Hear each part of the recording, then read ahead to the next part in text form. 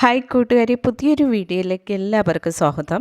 ഇന്നത്തെ വീഡിയോ നമ്മൾ ഡിസ്കസ് ചെയ്യാൻ പോകുന്ന ടോപ്പിക് PM കിസാൻ പദ്ധതിയുടെ KYCയെക്കുറിച്ചാണ് ഇന്നത്തെ വീഡിയോ നമ്മൾ ഡിസ്കസ് ചെയ്യുന്നത്.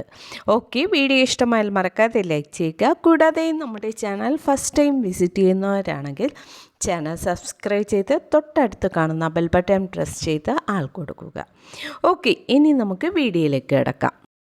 PM കിസാൻ പദ്ധതിയിൽ വർഷത്തിൽ 6000 രൂപയാണ് കിട്ടുന്നത്.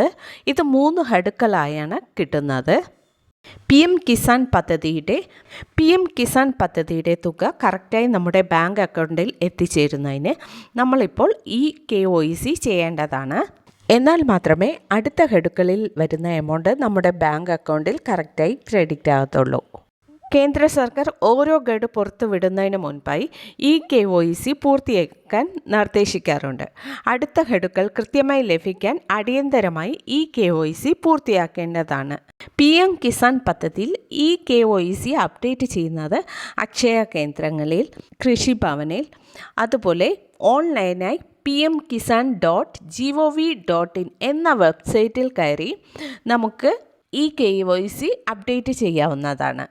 PM കിസാൻ KYC അപ്ഡേറ്റ് ചെയ്യുന്നതിനായി നിങ്ങളുടെ ആധാർ കാർഡ്, ആധാറുമായി ലിങ്ക് ചെയ്തിരിക്കുന്ന ഫോൺ നമ്പറുമായി അക്ഷയ കേന്ദ്രങ്ങളിൽ ചെന്നാൽ നമുക്കിത് അപ്ഡേറ്റ് ചെയ്യാവുന്നതാണ്.